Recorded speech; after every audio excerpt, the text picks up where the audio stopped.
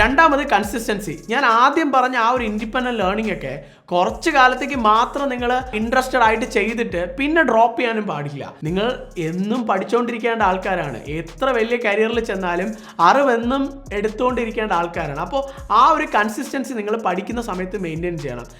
ഒരിക്കലും ഒരു സെം കഴിഞ്ഞിട്ട് രണ്ടാമത്തെ സെമ്മിലോട്ട് പോകുമ്പോൾ നിങ്ങൾ നല്ല രീതിയിൽ ഉഴപ്പാൻ പാടില്ല.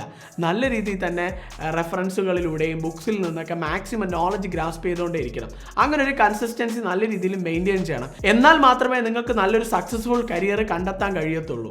അടുത്ത് വളരെ ഇമ്പോർട്ടൻ്റ് ആയിട്ടുള്ളത് നമ്മുടെ പേഴ്സണൽ കെയർ ആണ്. അതായത് നമ്മൾ സ്റ്റുഡൻറ്റ് ലൈഫിൽ ശ്രദ്ധിക്കപ്പെടാത്തൊരു വലിയ കാര്യമാണ് നമ്മുടെ പേഴ്സണൽ കെയർ. അതായത് നമ്മൾ ഹെൽത്തി ആയിട്ടിരിക്കാൻ ശ്രദ്ധിക്കാറേ ഇല്ല. പ്രോപ്പർ ഡയറ്റ് ഉണ്ടാവത്തില്ല, പ്രോപ്പർ എക്സസൈസ് ഉണ്ടാവത്തില്ല, പ്രോപ്പർ ആക്ടിവിറ്റീസ് ഉണ്ടാവത്തില്ല. ഇപ്പൊ എൻ്റെ ഒരു കാര്യം എടുക്കുകയാണെങ്കിൽ തന്നെ ഞാൻ നേരത്തെ പറഞ്ഞ പോലെ എൻ്റെ കോളേജ് ലൈഫിൽ ചെന്ന സമയത്ത് എനിക്ക് ഈ പറഞ്ഞ കാര്യങ്ങളൊക്കെ വളരെയധികം പ്രശ്നങ്ങളായിരുന്നു.